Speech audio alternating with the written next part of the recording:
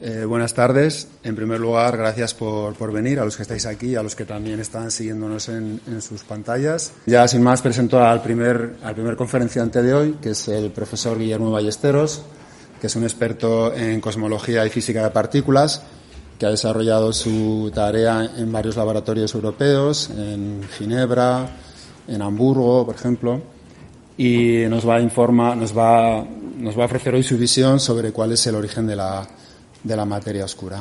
Gracias. Buenas tardes a todos. Ese es el título de mi charla. Cuando me pidieron dar esta charla estaba en una playa en agosto, bastante lejos de aquí, y no me lo pensé mucho. Pensé que este era el tema más interesante del que podía hablar, porque creo que es el misterio más importante que existe hoy en día en física.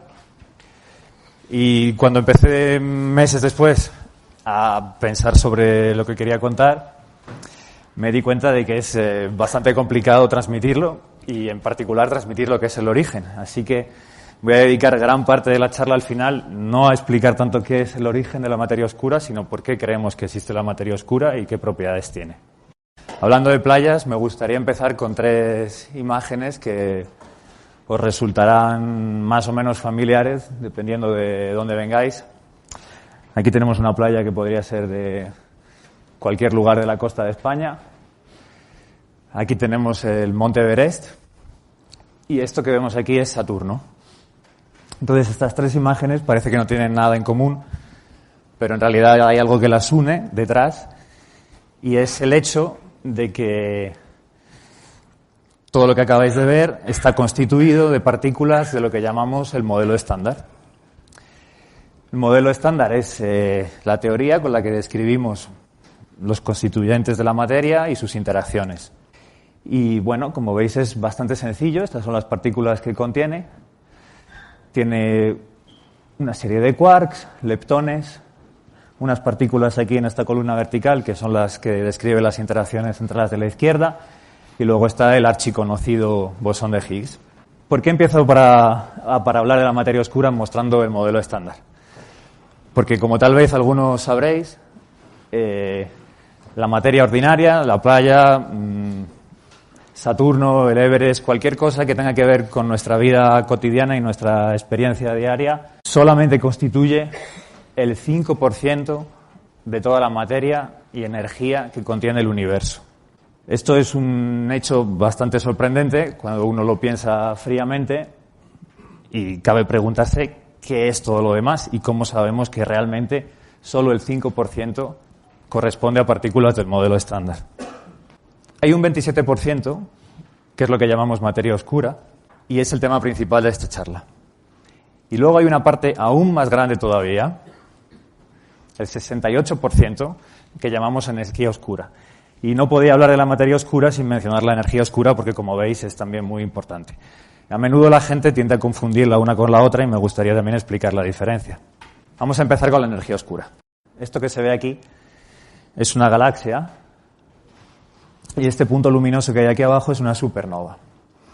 Una supernova es una estrella binaria, creemos que son estrellas binarias, que en un momento dado de su vida explotan porque una de las 2 componentes de la binaria está comiendo materia de la otra, y va engordando hasta que adquiere tanta masa que no puede soportar la presión de toda esta materia y termina explotando en una explosión muy luminosa que puede llegar a ser tan grande como la luminosidad de la propia galaxia en la que se encuentra, como veis aquí. Entonces, estas supernovas tienen una propiedad muy particular, que es que conocemos su física bastante bien, y esto significa que sabemos la luminosidad que tienen, independientemente de la distancia en la que se encuentre. Este hecho podemos usarlo para calcular a qué distancia se encuentra, simplemente comparando la luz que sabemos que emiten con la luz que recibimos. Bueno, pues gracias a esto sabemos que existe la energía oscura, y se descubrió que el universo no solo está en expansión, que es algo que probablemente sabéis, sino que además se expande de forma acelerada. Es decir, que conforme pasa el tiempo, se expande más y más rápido. En este momento el universo se está expandiendo, y dentro de un minuto se expandirá un poquitín más rápido que hace un minuto, ¿vale?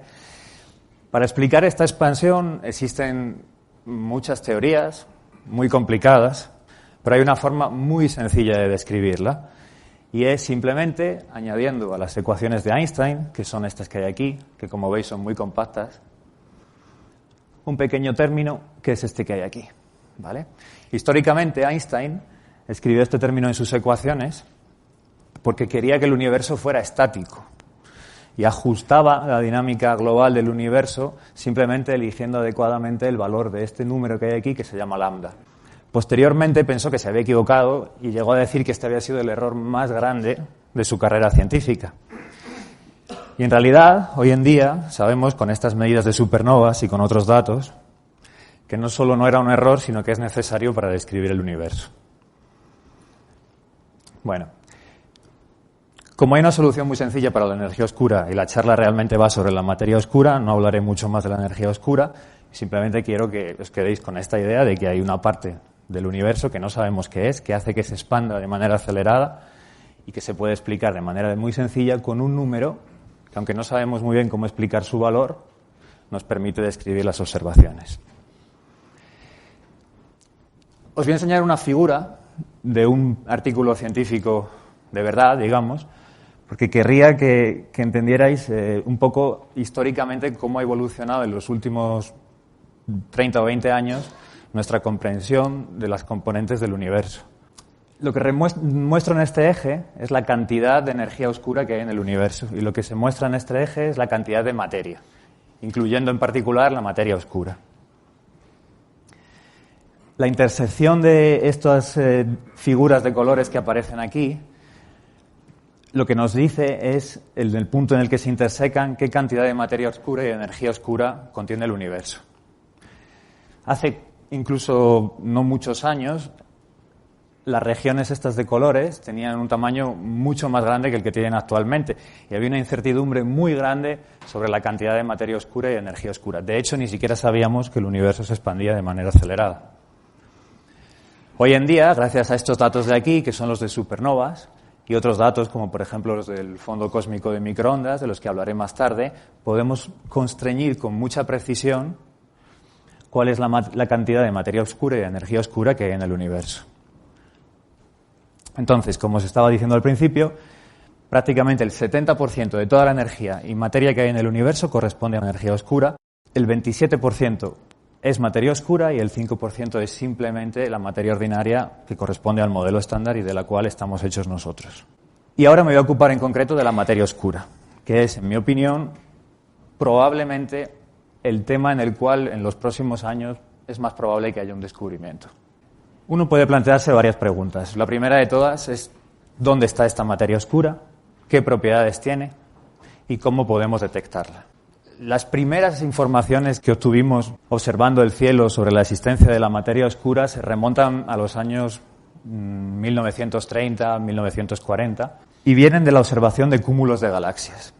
Esto que veis aquí es el cúmulo Coma, que contiene unas 1000 galaxias, y hubo un señor, un astrónomo de origen suizo, que se llama Fritz Zwicky, que se puso a estudiar la dinámica de las galaxias en el cúmulo.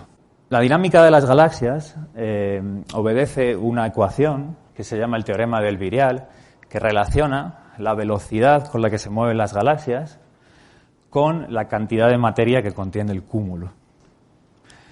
Es una ecuación de balance. Básicamente nos dice la energía gravitatoria del cúmulo tiene que ser igual o aproximadamente igual a la energía cinética, es decir, de movimiento de las galaxias en el cúmulo.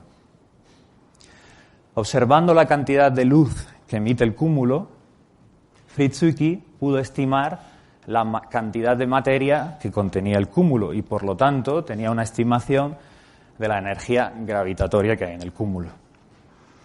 Pero cuando se puso a medir las velocidades de las galaxias, lo que descubrió es que las galaxias que estaban en los extremos del cúmulo se movían mucho más rápido de lo que deberían moverse con la estimación que había hecho anteriormente sobre la cantidad de materia que contenía el cúmulo. Y haciendo estas cuentas llegó a la conclusión de que el cúmulo debería ser unas 400 veces más masivo de lo que realmente se observaba. Hoy en día sabemos que en realidad esto no es exactamente así, sino que este número que aparece aquí de 400 es demasiado grande para la cantidad de materia que contiene el cúmulo, pero sí que estaba en lo cierto Y realmente el cúmulo contiene prácticamente 40 o 50 veces más masa de la que podemos ver. Esta fue la primera vez que se planteó la hipótesis de que existía una materia invisible, pero que se encuentra permeando el universo y, aunque no la podemos observar con nuestros telescopios, sí que es sensible a la gravedad, es decir, sí que gravita como cualquier otra materia. ¿Cómo hizo Fritz Zwicky para medir la velocidad de las galaxias? Pues lo que hizo fue usar lo que se llama el efecto Doppler. El efecto Doppler es algo que tal vez os resulte familiar, que es la sensación que tenemos cuando, por ejemplo, hay una sirena que se está acercando a nosotros, el tono se vuelve más agudo. Y en cambio, cuando esa sirena se aleja, el tono se vuelve más grave.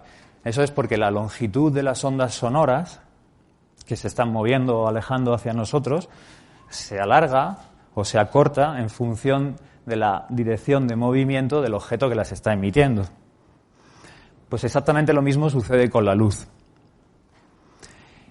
Y sabiendo cuál es el acortamiento de la longitud de onda cuando las galaxias se acercan hacia nosotros o cuando se alarga la longitud de la onda que recibimos cuando se mueven alejándose de nosotros, podemos saber a qué velocidad se están moviendo. La misma técnica se puede usar no solo para medir la velocidad con la que se mueven galaxias, sino para medir la velocidad con la que se mueven estrellas dentro de las propias galaxias. Entonces, esta es una imagen de una galaxia, NGC 5457, el nombre no nos importa mucho. Lo que sí nos importa es que contiene muchísimas estrellas. Y con los instrumentos que tenemos hoy en día podemos medir individualmente la velocidad de muchas de estas estrellas. Básicamente apuntamos nuestro telescopio a una estrella y podemos medir su velocidad. Entonces, lo que encontramos es bastante contraintuitivo y no se corresponde con lo que uno se esperaría. Si la materia estuviera distribuida en la galaxia de la misma forma en la que la vemos en la imagen. Lo que la imagen nos dice es que la velocidad de rotación de las estrellas en las galaxias o de los brazos de la galaxia, si queréis, debería disminuir cuanto más lejos está la estrella del centro de la galaxia. Es decir, una estrella que estuviera situada aquí en uno de los brazos externos debería moverse más lentamente que una estrella situada cerca del centro. Eso es lo que indica esta curva, donde aquí represento la distancia desde el centro, en kiloparsecs, y esta es la velocidad, y como veis son velocidades muy altas, son del orden de 100 o 20 kilómetros por segundo. Lo que las observaciones nos dicen es que la velocidad de rotación de las galaxias no obedece esta curva, sino que obedece una curva diferente, que es esta que veis aquí. La velocidad se vuelve más o menos constante, aunque nos vayamos alejando del centro. Esto significa que la galaxia contiene mucha más materia de la que realmente podemos ver con el telescopio. Y la pregunta es, nuevamente, ¿dónde está esa materia? Sucede algo muy parecido que lo que estaba contando antes con el cúmulo de galaxias. Bueno, es importante mencionar aquí que este trabajo, que después fue continuado por muchas personas, fue realizado por primera vez por Vera Cooper Rubin. Cooper era su apellido antes de casarse y Rubin después de casarse. Y mucha gente cree que esta mujer, que murió recientemente, hace unos 3 años creo, debería haber recibido el premio Nobel por este descubrimiento y no lo recibió. Y bueno, me gustaría mencionarlo para que lo sepáis. Entonces ella, en su estimación de la cantidad de materia oscura con respecto a la cantidad de materia ordinaria que contiene el universo, sí que consiguió acercarse mucho al número adecuado, que es este cociente que veis aquí, ¿vale? Esto fue más o menos en los años 70. Ahora bien, cuando la gente se dio cuenta de estas anomalías entre el movimiento de galaxias y el movimiento de los brazos de las galaxias y de las estrellas, se empezaron a plantear que tal vez el origen de estas discrepancias entre las velocidades observadas y la luz recibida tal vez no se explicaba con materia extra, sino modificando las leyes de la gravedad. Hubo quien pensó, bueno, tal vez lo que sucede es que la física que conocemos aquí en la Tierra, la manera en la que la fuerza de la gravedad se comporta en torno a nosotros, no es la misma qué sucede a grandes distancias, a las escalas de las galaxias y de los cúmulos de las galaxias. Entonces, esta hipótesis, aunque hay gente que sigue trabajando en ella, hoy en día no es la más aceptada. Y el motivo es que, como veréis, hay muchas observaciones diferentes que nos sugieren que existe la materia oscura y es imposible explicar todas estas observaciones de manera simultánea modificando las leyes de la gravedad. ¿De acuerdo? Entonces, lo que realmente se piensa hoy en día es que todas las galaxias, como esa que veis ahí, están rodeadas por una cantidad ingente de partículas de materia oscura que se alejan del centro de la galaxia, distancias muy, muy grandes en proporción a las imágenes que tenemos de las galaxias. Entonces, toda esta zona aquí, en torno al centro de la galaxia, esta sería toda la galaxia, la llamamos halo galáctico y creemos que es un conjunto de partículas de materia oscura.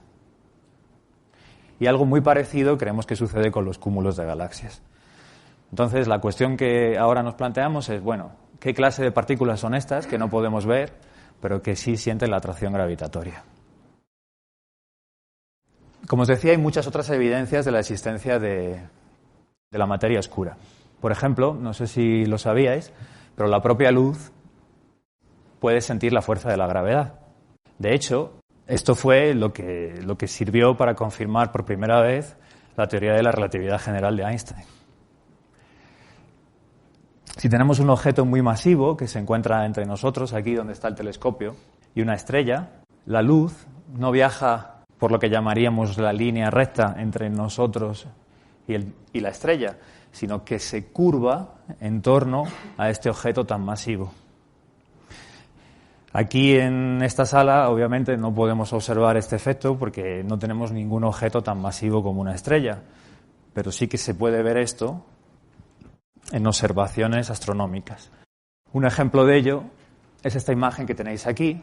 Esto que veis aquí son dos galaxias, una que está al lado de la otra, y este anillo que veis alrededor no son galaxias que han decidido todas ponerse en torno a las dos que están en el medio, sino que son un mismo objeto que se encuentra detrás de ellas, del que vemos múltiples imágenes, precisamente debido a este efecto de lente gravitacional que estaba describiendo hace un momento. Bueno, pues, ¿qué sucede? Si tenemos la galaxia, pero la galaxia no está sola, sino que además está rodeada de un halo de materia oscura, como el que estaba describiendo antes, entonces la curvatura de la luz, cuando viaja desde una estrella o desde una galaxia hasta nosotros, va a ser diferente que si la galaxia estuviera desnuda, sin materia oscura. Y gracias a este efecto tenemos una nueva evidencia de que existe materia oscura. Y además, no solamente sabemos que hay materia oscura, sino que podemos también medir la cantidad de ella que hay en el universo. Y nuevamente, ese número coincide con las estimaciones anteriores de la rotación de las galaxias y del movimiento de las galaxias en cúmulos. Os voy a poner otro ejemplo también, si queréis, de lente gravitacional. Lo que vemos aquí son muchas imágenes de galaxias, algunas de las cuales son imágenes múltiples también porque se producen ejemplos de lentes. Y esto que hay aquí es lo que se llama el cúmulo Bala, que se descubrió hace unos años y tiene una propiedad muy particular que es que realmente es un cúmulo compuesto de dos cúmulos de galaxias distintos que se encuentran en colisión. Uno viene por aquí por la izquierda y otro por la derecha. Entonces, las imágenes que obtenemos de este cúmulo son de dos tipos. Unas son en el rango óptico, es decir, el rango de la luz usual con la que nosotros vemos, pero también podemos observar el cúmulo en rayos X, ¿vale? Y cuando lo observamos en rayos X, nos damos cuenta que la materia que emite esos rayos X está localizada en unas zonas muy particulares del cúmulo, que no se corresponden exactamente con las zonas del cúmulo que son más masivas, porque son las zonas en las que hay más imágenes múltiples de galaxias. Eso significa que la materia que emite la radiación de los rayos X no es la misma que la que está produciendo las lentes gravitacionales. Entonces, en el pequeño vídeo que os voy a mostrar ahora en un momento, lo que vais a ver es dónde se sitúa la materia que emite los rayos X y dónde se sitúa la materia oscura en el cúmulo. Bueno, esta zona naranja, rosa o naranja es la zona donde se encuentra la materia que emite los rayos X, y la zona azul es donde os decía que hay muchas imágenes múltiples de galaxias, es donde creemos que se encuentra la materia oscura, que es la que realmente produce estas imágenes múltiples.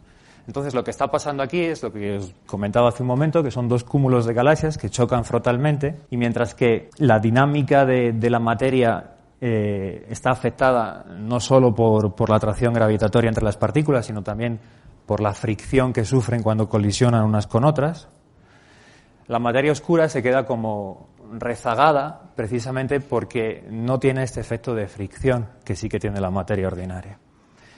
Entonces, esta es otra de las evidencias de que la materia oscura sí que siente la fuerza gravitacional, pero no interacciona como el resto de las partículas del modelo estándar. Es decir, en concreto, la materia oscura no tiene interacciones electromagnéticas. Y aquí tenéis una foto del cúmulo en todo su esplendor. Bueno, de momento se ha hablado de dos propiedades de la materia oscura que son muy importantes para entenderla. Una de ellas es que siente la fuerza gravitacional y la otra es que no tiene interacciones electromagnéticas. Y este es el motivo por el que no podemos verla. Pero hay otra propiedad también muy importante, y es que decimos que la materia oscura tiene que ser pesada. Aunque realmente lo que deberíamos decir es que es una materia fría o lenta. ¿Por qué decimos esto? Porque hemos comprobado que la materia oscura es necesaria para formar la cantidad de galaxias y para entender la estructura que tiene. Si la materia oscura no fuera lo suficientemente pesada y lo suficientemente abundante, se movería de manera más rápida. Eso significaría que formar galaxias es mucho más difícil, porque si tenemos objetos que se mueven rápidamente, resulta más complicado que se queden ligados gracias a las fuerzas gravitacionales. Hay una analogía muy sencilla, que es si este señor que está aquí intenta poner un balón en órbita dándole una patada desde la Tierra. Bueno, va a necesitar mucha energía para poner el balón en órbita, y esa energía tiene que vencer la atracción gravitacional de la Tierra. Si el balón lo pusiera en órbita y se moviera muy rápido, conseguiría desligar el balón de la Tierra. En este sentido es en el que decimos que la materia oscura es fría, porque cuando pensáis en un gas, el gas está frío o caliente dependiendo de la energía cinética, es decir, de la velocidad con la que se mueven las partículas del gas. Pues algo muy parecido pasa con la materia oscura. Bueno, por último, quería mencionaros también una evidencia muy importante sobre la existencia de la materia oscura, que es la radiación del fondo cósmico de microondas, de la que me imagino que habéis hablado. En los últimos 30 o 40 años ha habido una serie de experimentos que nos han permitido medir esta radiación con muchísima precisión, empezando por el satélite COBE, después con el WMAP, que es este que está aquí, y después Planck, que es el más reciente. El fondo cósmico de microondas podéis imaginarlo como una foto del universo cuando tenía una edad muy temprana, unos 300.000 años simplemente después del Big Bang. El universo tiene miles de millones de años. Entonces, el universo cuando nació, por decirlo de algún modo, suponemos que estaba muy caliente y en un estado muy denso. Al expandirse, el universo se fue enfriando, y eso hizo que los electrones, los protones y los neutrones que se encontraban en el universo pudieran juntarse unos con otros formando átomos, como los átomos de helio y los átomos de hidrógeno. Entonces, una vez que los átomos se forman, la radiación puede viajar libremente sin colisionar con los electrones que se encontraban antes desligados. Esa radiación que se libera en ese momento es lo que llamamos el fondo cósmico de microondas, y en el momento en el que se liberó tenía una temperatura muy alta, de unos 3.000 grados, Pero hoy en día nos llega con una temperatura mucho más fría, simplemente debido a que el universo ha tenido mucho tiempo para expandirse y bajar su temperatura. Entonces, lo que vemos en estas imágenes, por ejemplo esta del satélite COBE, son las fluctuaciones en la temperatura del fondo cósmico de microondas. Esas fluctuaciones son del orden de 1 parte en 10.000, es decir, son fluctuaciones muy pequeñas en comparación con la propia temperatura del fondo cósmico de microondas. Esta fue una de las primeras imágenes que se obtuvo. Más tarde el satélite WMAP obtuvo otra todavía mucho más precisa y hoy en día tenemos esta otra del satélite Planck más precisa todavía. Por eso veis que la granularidad de la imagen va aumentando conforme aumenta la precisión de nuestras observaciones.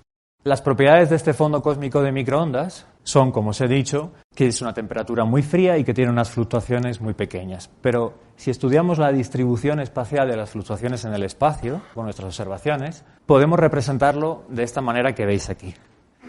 En este eje horizontal, lo que represento son distancias angulares, que quiere decir que si cojo 2 puntos cualesquiera en el cielo, puedo medir el ángulo que hay entre ellos y puedo mirar la temperatura que hay en ese punto y la temperatura que hay en ese otro punto. Y puedo hacer lo mismo en todo el cielo, siempre con el mismo ángulo, y después puedo ir variando el ángulo y hacer un mapa, o si queréis un histograma, de cuán grandes son esas fluctuaciones como función del ángulo.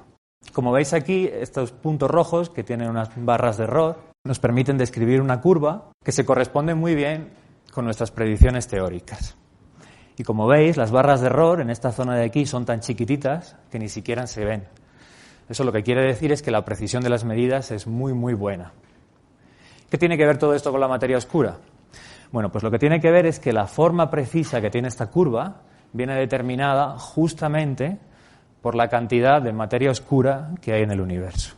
En esta animación que os voy a mostrar ahora, lo que vais a ver es la misma curva de antes, pero cómo cambiaría en función de la cantidad de materia oscura que hay en el universo. Esta barra rosa que sube y baja, lo que nos da es justamente la cantidad de materia oscura. Y como veis, la altura de los distintos picos de la curva depende mucho de la cantidad de materia oscura.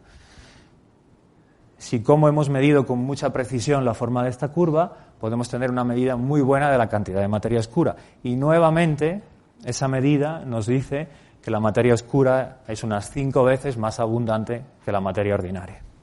Resumiendo, tenemos un montón de observaciones astronómicas o cosmológicas que nos indican que la materia oscura existe. Y el candidato que ha sido más popular hasta el momento para entender qué puede ser la materia oscura es lo que llamamos WIMPs en inglés, que significa Weakly Interacting Massive Particles. En español sería partículas masivas que interaccionan débilmente. Tienen que ser masivas por lo que os explicaba antes de que es necesario para poder formar las estructuras que vemos en el universo.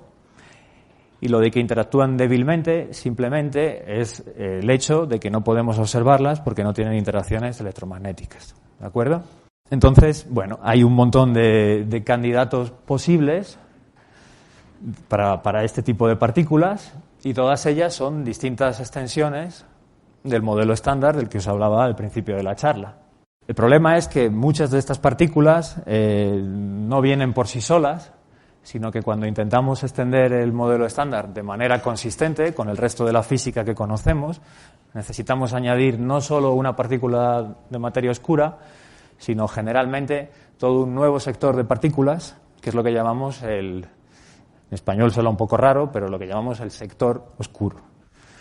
Entonces, algunas de las ideas que se han usado para extender el modelo estándar son la supersimetría o incluso la posibilidad de que pudiera haber dimensiones extra, muy pequeñitas, más allá de las 4 que podemos ver, o las 4 quiero decir, las 3 espaciales y el tiempo que experimentamos en nuestra vida diaria. ¿De acuerdo? Lo que es muy interesante de todo esto es que esta zona nueva, que podría explicar la materia oscura, no se encuentra completamente aislada del modelo estándar, sino que en la mayor parte de las teorías, y de hecho para explicar la existencia de estas partículas, es necesario que exista una conexión entre ambas partes, unas interacciones, igual que las interacciones del modelo estándar nos explican cómo interaccionan las distintas partículas del modelo estándar. Hay unas interacciones que podrían conectar las partículas de materia oscura con el propio modelo estándar. Y esto nos permite buscar estas partículas de materia oscura de distintas maneras. Una de ellas, por ejemplo, es realizando colisiones de partículas, estas sí del modelo estándar, en colisionadores de partículas como el que hay en el CERN. Otra posibilidad es estudiar colisiones de partículas de materia oscura con partículas del modelo estándar, y para hacer eso lo que tenemos que hacer es colocar nuestro experimento en una zona que se encuentre muy aislada de cualquier otro tipo de interacciones, normalmente bajo tierra a mucha profundidad. En realidad, si realmente las partículas de materia oscura son este tipo de WIMPs de las que estoy hablando, ahora mismo nosotros estaríamos siendo atravesados por millones y millones de partículas de estas por minuto. Realmente no nos damos cuenta de ello, porque interaccionan muy poquito, pero hay una probabilidad muy pequeña de que lo hagan. Entonces, si esperamos un tiempo suficientemente largo y tenemos un detector suficientemente aislado, sí que podríamos detectarlas, ¿de acuerdo? Y hay otra forma de hacerlo, que es estudiando colisiones o aniquilaciones de partículas de materia oscura consigo mismas. Entonces, estas aniquilaciones podrían darnos lugar a partículas del modelo estándar, en particular a fotones que podríamos detectar en forma de rayos gamma o rayos X. Y para eso lo que tenemos son satélites, como este que os ilustro aquí, dando vueltas en torno a la Tierra, intentando captar esta radiación. Y la parte complicada de todo esto es separarla de otras fuentes de radiación, de rayos X o de rayos gamma que podamos tener. Bueno, y en la parte que queda de la charla quisiera hablarlos de un tipo o de un candidato de materia oscura que no tiene nada que ver con estas WIMPs de las que os he hablado hasta el momento, de estas partículas masivas que interaccionan débilmente, sino que es una idea muy antigua y tiene que ver con los agujeros negros. Alguien podría preguntarse, bueno, ¿por qué la materia oscura no podría estar hecha de agujeros negros? Los agujeros negros, como sabéis, son unos objetos muy densos, muy masivos. Son tan densos y tan masivos que no dejan escapar ni siquiera la luz que se acerca lo suficientemente a ellos. Esto podría ser una partícula, si queréis, de materia oscura, porque tiene propiedades muy parecidas a las WIMPs. Es imposible que lo veamos y no tiene las interacciones normales del modelo estándar. Entonces, esta es una idea muy antigua. La imagen usual de la formación de un agujero negro es algo parecido a lo que muestro en esta imagen. Es de una estrella que adquiere material de otra estrella que pasa por allí cerca. Va engordando, va engordando, va engordando hasta que se vuelve suficientemente masiva como para colapsar formando un agujero negro. Esto es lo que llamaríamos un agujero negro astrofísico. Pero existe otra forma en la que es posible que pudieran formarse agujeros negros. Y esta forma se le ocurrió a Stephen Hawking en los años 70. Como he dicho, un agujero negro es un objeto muy masivo y muy compacto. Si por algún motivo, en un determinado instante del tiempo, consiguiéramos acumular en un espacio muy pequeño una cantidad suficiente de materia o de energía, toda esa materia y esa energía colapsaría y formaría un agujero negro. De hecho, es posible formar, según este argumento, agujeros negros de masas y tamaños muy distintos. Un agujero negro que tuviera la masa del Sol tendría un radio de 3 kilómetros. Pero un agujero negro que tuviera 10 a la menos 16 veces la masa del Sol, es decir, que fuera mucho, mucho, mucho más ligero que el Sol, podría tener las dimensiones de un átomo. Este tipo de agujeros negros se consideran hoy en día un posible candidato de materia oscura. El problema es encontrar una buena explicación para entender cómo han podido formarse. Bueno, pues esta explicación, que es lo que le faltaba a Stephen Hawking cuando propuso esta idea de los agujeros negros que se llaman primordiales, podría venir de lo que llamamos la inflación cosmológica. Os dije al principio de la charla que sabemos que el universo se está expandiendo y se está expandiendo de forma acelerada. Pues bien, creemos que eso no es algo que esté ocurriendo solamente hoy en día, sino que también sucedió en el pasado, justo después, si queréis, del nacimiento del universo. Entonces, esto es lo que se representa en esta figura, esta zona de aquí, donde veis que el tamaño del universo cambia muy rápidamente, es lo que llamamos la inflación primordial o la inflación cosmológica. Creemos que esta inflación se produjo porque observando el cielo vemos que el universo es muy homogéneo y muy isótropo en todas las direcciones. Si intentamos hacer correr la película de la evolución del universo hacia atrás en el tiempo, esta homogeneidad y esta isotropía del universo que observamos no podemos entenderla con la teoría usual del Big Bang. ¿Por qué? Porque regiones que están muy separadas en el cielo tienen un aspecto muy parecido. Tienen unas propiedades físicas y una temperatura, una manera en la que las galaxias se encuentran distribuidas que es muy semejante. Y para que se produzca esta coincidencia a distancias tan grandes, es necesario que esas regiones del universo que hoy en día se encuentran tan alejadas hayan estado en el pasado en contacto causal para que puedan adquirir las mismas propiedades. Pues bien, con la teoría del Big Bang esto no es posible. Entonces, este fue el motivo por el que se postuló la inflación. Creemos también que la inflación es realmente el origen de esas fluctuaciones pequeñas en la temperatura del fondo cósmico de microondas que os mostraba antes. Y también pensamos que es posible que algunas de esas fluctuaciones no fueran tan pequeñas como se estaba diciendo antes, sino que por motivos estadísticos es posible que fueran algunas de ellas mucho más grandes. Si estas fluctuaciones primordiales fueran lo suficientemente grandes, entonces serían lo suficientemente, potentes para formar estos agujeros negros primordiales de los que estaba hablando. Así que creemos que gracias a la inflación es posible que se hayan formado estos agujeros negros primordiales y que hoy en día nos puedan explicar también la materia oscura. Y querría dejaros con esta imagen, que es la única imagen que tenemos hoy en día de un agujero negro que se obtuvo hace poco tiempo. Esto es un agujero negro supermasivo que no tiene absolutamente nada que ver con estos agujeros negros primordiales hipotéticos de los que estaba hablando. Pero bueno, quería simplemente dejarla aquí para que sepáis que los agujeros negros realmente existen, no son algo de ciencia ficción, y también porque es la imagen que hemos elegido para ilustrar las charlas de este ciclo de conferencias y también porque es el tema sobre el que va a hablar el próximo ponente. Así que bueno, espero que os haya gustado la charla y que sigamos todos investigando.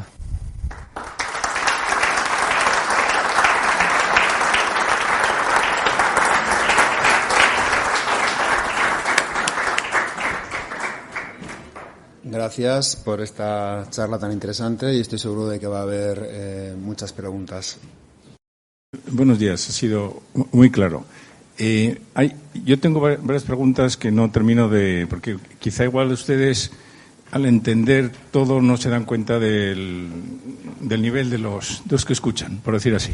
Entonces, sí. Claro, cuando se habla de la masa no oscura, yo estoy pensando, por ejemplo, en el sistema solar.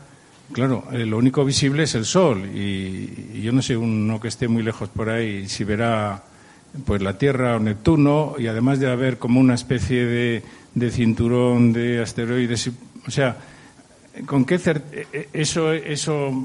eso no entra dentro de la parte oscura?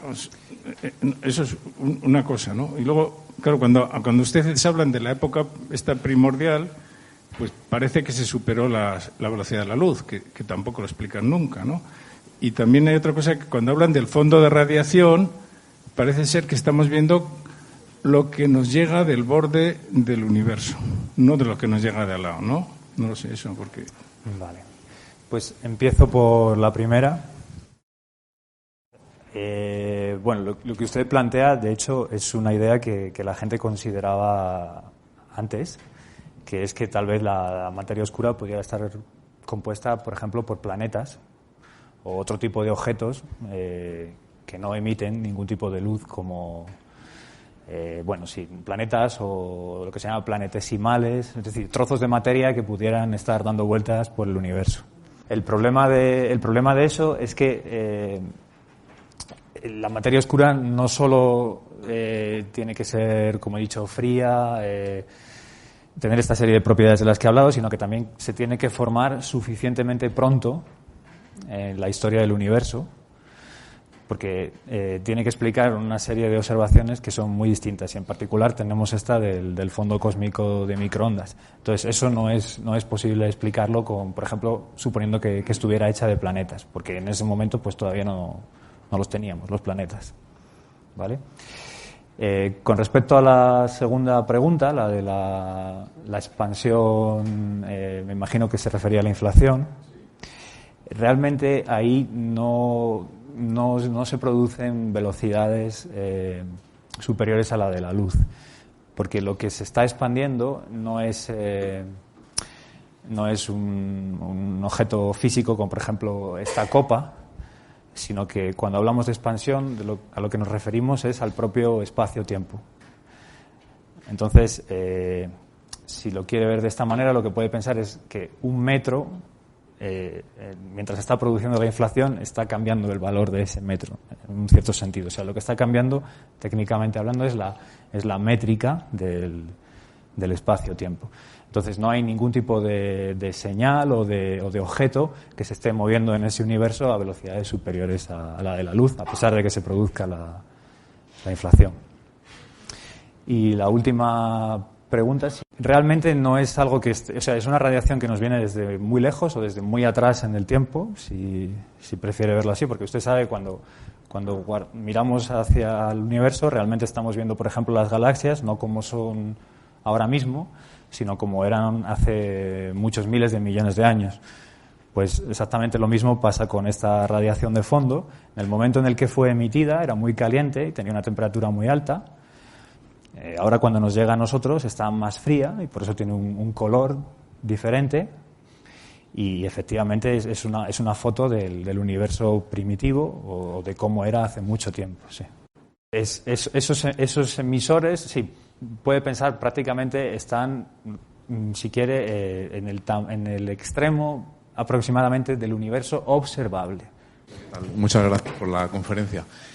Respecto de los agujeros negros primordiales, ¿qué forma tenemos de poder ver si esta teoría es verdad o no? ¿A través de algún vestigio en el fondo cósmico de microondas o a través del LIGO o Virgo? Hay pues ambas maneras, por ejemplo. Sí. De hecho, depende mucho de la masa que tengan estos agujeros negros. Como decía, mientras que los agujeros negros astrofísicos creemos que tienen que tener masas de unos ciertos valores por los procesos a través de los cuales se producen, con los agujeros negros primordiales es un poquito diferente, porque su masa realmente de lo que depende es básicamente del momento de la historia del universo en el que se producen, es decir, del momento en el cual estas fluctuaciones tan grandes, estas concentraciones tan grandes de materia y energía tienen lugar. Entonces, como decía, puede haber agujeros negros primordiales muy masivos, más masivos que el Sol, o muy ligeros. Entonces, dependiendo de la masa, el tipo de observaciones que nos pueden ayudar a detectarlos son muy diferentes. Por ejemplo, los agujeros negros masivos del orden de la masa del Sol, o de 10 o 30 o 40 o 50 masas solares, se podrían detectar con observaciones de ondas gravitacionales. Cuando dos de estos agujeros se encuentran, pues se unen formando un único agujero negro y pierden parte de su masa en forma de radiación gravitacional. De hecho, esta idea de la que he hablado al final, de que la materia oscura pudiera ser constituida por estos agujeros negros, ha renacido, digamos, últimamente, precisamente porque cuando los observatorios de ondas gravitacionales como LIGO o Virgo detectaron hace poco ondas gravitacionales, hubo gente que propuso que tal vez se correspondían a agujeros negros primordiales y no astrofísicos. Sin embargo, si la materia oscura estuviese compuesta de agujeros negros de esa masa, el número de eventos que estos observatorios de ondas gravitacionales deberían detectar es mucho más alto de lo que realmente se está detectando. Entonces, por eso pensamos que si realmente son eventos de colisiones de agujeros negros primordiales, esos agujeros negros solo serían una parte muy pequeña de la materia oscura. Sí. Eso por lo que respecta a los agujeros negros masivos. Y luego, según vamos disminuyendo su masa, hay una serie de observaciones que podemos hacer que podrían permitir identificarlos. Algunas de ellas son estos efectos de lente gravitacional de los que he hablado, y otros pueden ser, por ejemplo, distorsiones en el fondo cósmico de microondas. Sí. Cuando has hablado de los candidatos a componentes de la materia oscura, has hablado de las WIMP Sí. y de los agujeros negros primordiales. Sí. ¿Qué pasa con las partículas, los acciones, que son pesadas e interaccionan con una interacción fuerte? Bueno, lo que pasa con los acciones es que la charla ya era muy larga y realmente me hubiera gustado poder hablar de ellos, pero no los he incluido solo por ese motivo. Efectivamente, son otro candidato muy interesante, pero no se piensa que los acciones, al menos en su versión más común, digamos, sean partículas pesadas, sino que al contrario, se cree que son partículas muy ligeras. Y la manera de detectarlos es a través de su interacción con la radiación electromagnética, con fotones. Para el resto de la gente, los acciones son otro candidato de materia oscura que fueron propuestos originalmente no como una explicación de la materia oscura, sino para resolver un problema técnico del modelo estándar, que es porque el modelo estándar tiene una simetría que resulta estar ahí, digamos, de manera accidental. Hay un número en el modelo estándar que es muy pequeño, no sabemos explicar su valor, y la manera de entender el valor de ese número que nos resulta más atractiva es suponer que existe una nueva partícula, que es lo que mencionaba este señor, que se llama acción, y esa nueva partícula podría ser también un candidato de materia oscura. Entonces, realmente, la verdad es que no sabemos qué es la materia oscura, y tal vez es posible que la materia oscura no esté hecha simplemente de un único tipo de partícula, la acción o las WIMPs, o tal vez no sea únicamente agujeros negros primordiales, sino que es posible que sea una combinación de distintas, de todas estas cosas, ¿no? Tal vez haya como cuando uno hace un pastel, pues tiene distintos ingredientes, pues tal vez la materia oscura también tenga distintas componentes, no solo una. Hola, buenas tardes. Gracias por la conferencia, muy interesante como todas. Mi pregunta es la siguiente. Corríjame si me equivoco porque soy profano en la materia, pero bueno. La materia oscura facilita la cohesión de lo que es la materia ordinaria que nosotros vemos, ¿no? Por ejemplo, llámese los cúmulos, supercúmulos, galaxias, nebulosas, etcétera. Sí. Por otro lado, tenemos que el universo se está expandiendo y encima de forma acelerada, que ahí yo creo que interviene es la energía oscura, ¿no? Sí. Es como contradictorio, la energía por un lado y luego la materia por otro. ¿No viola ahí lo que es el principio de equivalencia masa-energía de la relatividad? Gracias. Vale. No hay tal problema. Realmente lo que sucede es que cuando se forma una galaxia, por ejemplo, lo que decimos es que digamos su comportamiento se desacopla en un cierto sentido de esa evolución acelerada del universo de manera global, ¿no?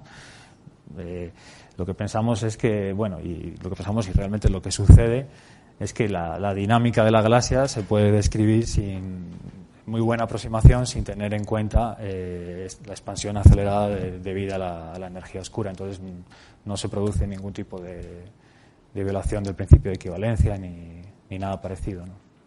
Enhorabuena y gracias por su conferencia, porque el argumento no es sencillo, incluso por lo que veo, por gente muy, muy cercana al mundo de la física, sino directamente físicos. Yo no soy físico y entonces le quiero preguntar, si lo tiene bien, algo que probablemente es una banalidad. Mientras la teoría especial de la relatividad relacionó claramente energía y materia, no es posible, me imagino que habrá ocurrido, algún tipo de relación entre materia oscura y energía oscura con una relatividad que no contemple la energía electromagnética. Gracias. Que no contemple la energía electromagnética. Sí, porque todo oscuro. Si es oscuro no hay electricidad, no hay fotones. Sí. A mi humilde entender. Y entonces, y lo digo de verdad, es decir, ya sé que probablemente estoy hablando de una forma bastante estrafalaria por gente acostumbrada a argumentos mucho más concretos. Pero siempre me ha parecido que el gran misterio de la materia oscura y de la energía oscura es algo que puede asimilarse a lo que Einstein descubrió con la relatividad general, que es la relación entre materia y energía, pero visible de alguna forma.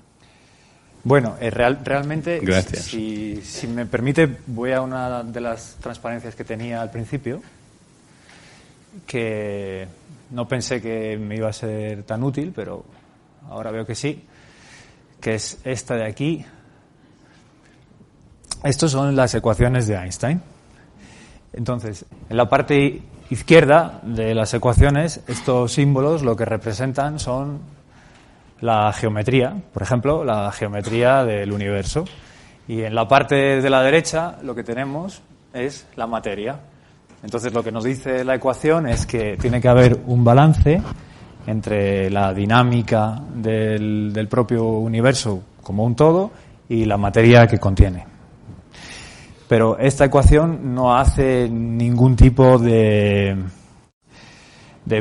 selección ni de preferencia entre materia que sea luminosa o no sea luminosa. Todo eso está ahí en la parte de la derecha y, bueno, es igualmente válida tanto para la materia oscura como para la materia ordinaria e incluso para la energía oscura, que, como decía, se puede añadir a la ecuación simplemente con un término tan sencillo como ese.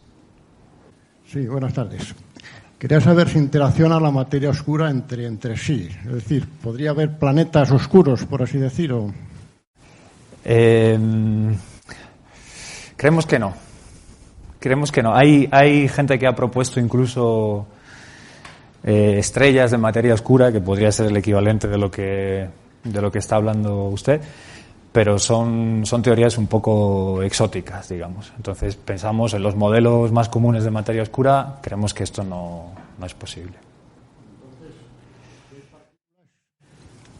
Si se dice que son partículas la materia oscura, entre ellas no hay interacción, es decir, parece como un poco extraño, partículas y no hay interaccionan entre ellas. Sí pueden interaccionar, pero interaccionan de manera muy débil, no lo suficientemente fuerte como para poder formar átomos o objetos más grandes, digamos.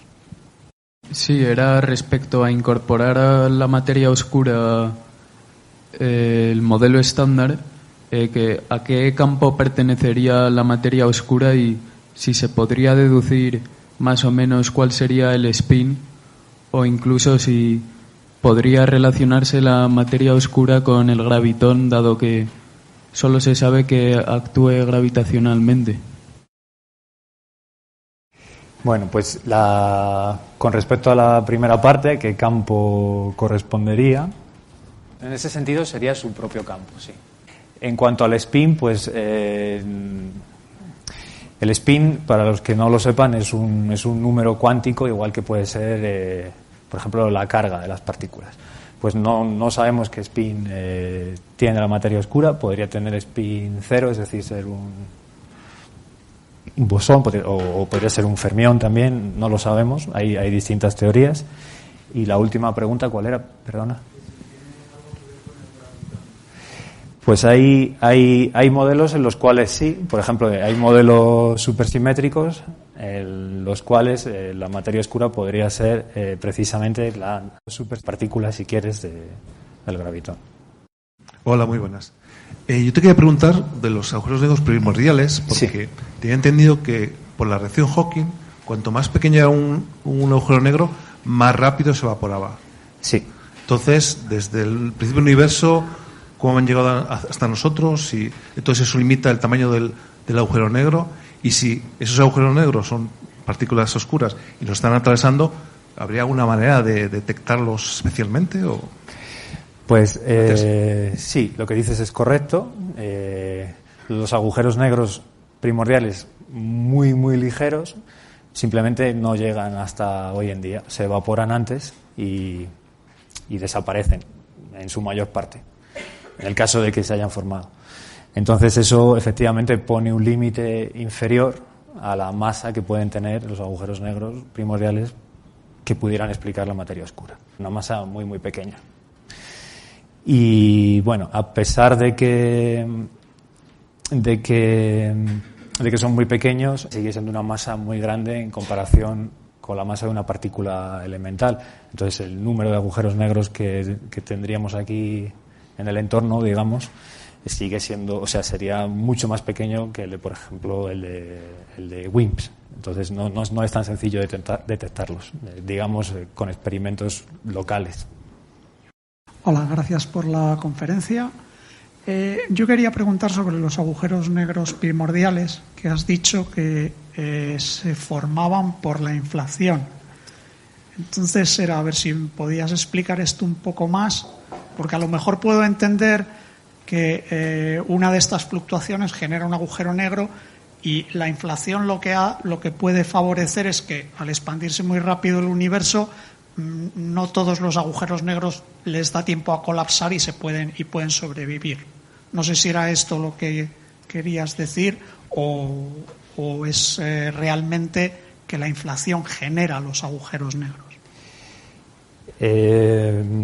Pues sí, realmente lo que quería decir es que el origen, finalmente volvemos al origen de esas fluctuaciones que pudieran haber producido agujeros negros primordiales, sí tienen un origen inflacionario.